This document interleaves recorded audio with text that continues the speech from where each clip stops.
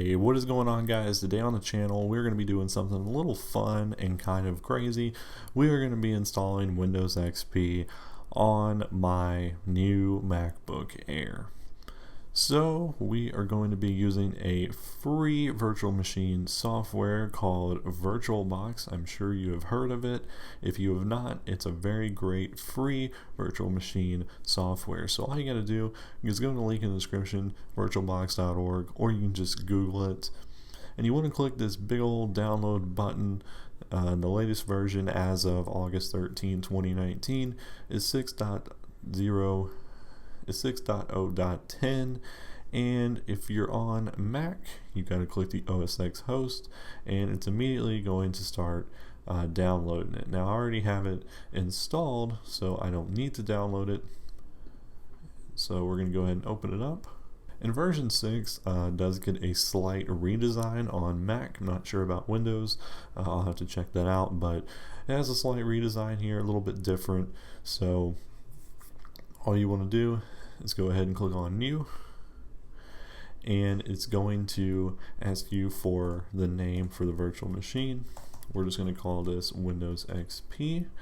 It's going to ask you where to save it. There's a dedicated virtual machine folder, so that's where it's going to save at. And it automatically recognizes that this is Windows XP once you type the name in. So you continue. Now it's kind of funny to see this. It only recommends 192 megabytes of RAM to run Windows XP, which is pretty funny. We're going to just go crazy and put about 2 gigs in. I believe that's 2 gigs of RAM right there. That should be more than enough to run Windows XP. And also kind of funny is the recommended install size here is 10 gigs. So we're going to create a virtual hard disk now. Hit create, and be sure you're using the VirtualBox disk image, and also definitely be sure that you're using dynamically allocated. Hit continue. Now right here you can increase the size of this if you want to. I'm actually going to bump it up to like 20 gigs, I guess. Don't really need to, but I don't know exactly what I'm going to be doing with this yet, so I may need some more storage. But anyways, hit create once you have all that figured out, and it's going to create your virtual machine. It's showing you some of the basic things about it here. Now we're going to go into the settings and just kind of make sure everything looks all right. Nothing really there. Here's where you can change your RAM on the fly, which is pretty cool. Your processors, acceleration. On the display, you want to definitely make sure you bump up the video memory all the way. And if your computer can handle it, enable the 3D and 2D acceleration. And I believe that is the only thing we really need to change. Everything else is going to be fine, I believe. So once you get that done, hit OK. And then here is the virtual machine. It's all ready to go. So you can go ahead and click on the start button. Now it is not going to start up right away, and that is because it does not know what to boot from. So what you want to do is select this right here. Now I do have my original Windows XP installation disk from 2004. I know it's pretty crazy. That was my first computer, and it came with it, so it was really awesome, and I kept it all these years. Now, since this is a brand new MacBook Air, there's not a disk drive, and I do not have an external super drive. So what I actually did was create this ISO file on my old MacBook Air with the disk drive, and I'll link a little video up above in the top right corner, so you can go and check it out if you want to. But yeah, you're going to have to supply your own ISO. Once you find that file though, you can go ahead and open. And you can hit the start button.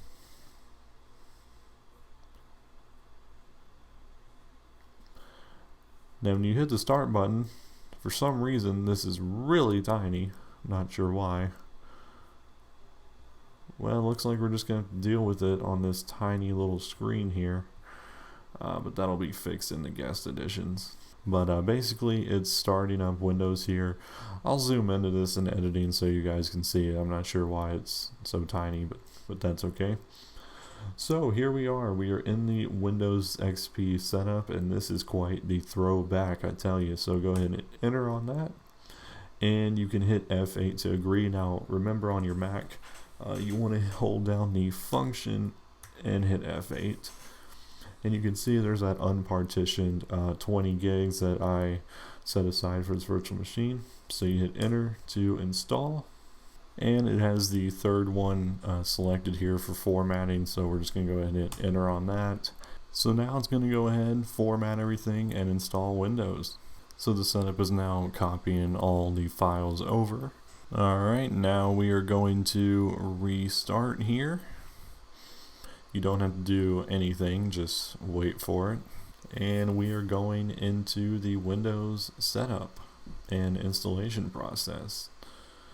This is bringing back quite a few memories, I promise you. Again, I have no idea why it is scaled this small.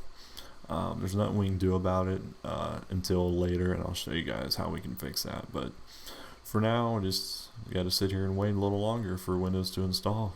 Just had to answer a couple of quick questions like naming the PC and choosing date and time and all that. Well, we got a slightly adjusted screen resolution, so at least it's a little bit easier to see. This is so much throwback. I don't think you guys can hear the audio, but it's that typical soundtrack playing right now. So we'll turn on automatic updates, even though it will never get another update again. Hit next.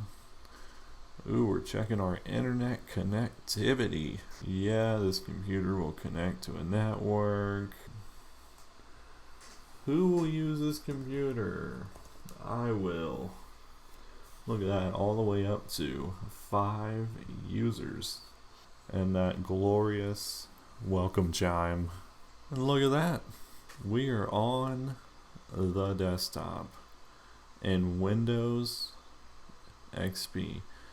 Antivirus might not be installed. We should probably get some of that. Take a tour. So the first thing we need to do is fix this awful screen resolution. And it's really simple. You just go up to the VirtualBox menu bar and hit Devices and then Insert Guest Editions CD. And you're going to get a little setup window to pop up. You can hit Next, hit Install. And this is going to install the guest editions for us. So that way it's going to fix our screen resolution and everything else. It's going to pop up a lot of warnings and stuff. Just go ahead and keep doing that. And then hit the Reboot Now button. And that way when you log back in, everything is going to be good to go. And we should notice when we log back in, hopefully a change in screen resolution. So I'm going to go ahead and go full screen so you guys can see that happen. And there we go. And as you can see, it looks really, really weird on the MacBook Air. I mean, I guess it's because it's such a high resolution. Look at how small it is. That's crazy. We don't want the tour right now, no thanks. Yeah, full screen looks pretty wild on the MacBook Air. And you can see once you get those guest editions installed, you can scale the window however you want to. But yeah, it's very kind of awkward screen resolution here on the new MacBook Air. But yeah, let's just have a little fun real quick. Internet Explorer. Isn't this a little wild? It's kind of sad. It doesn't even really load that web page anymore, that starting web page.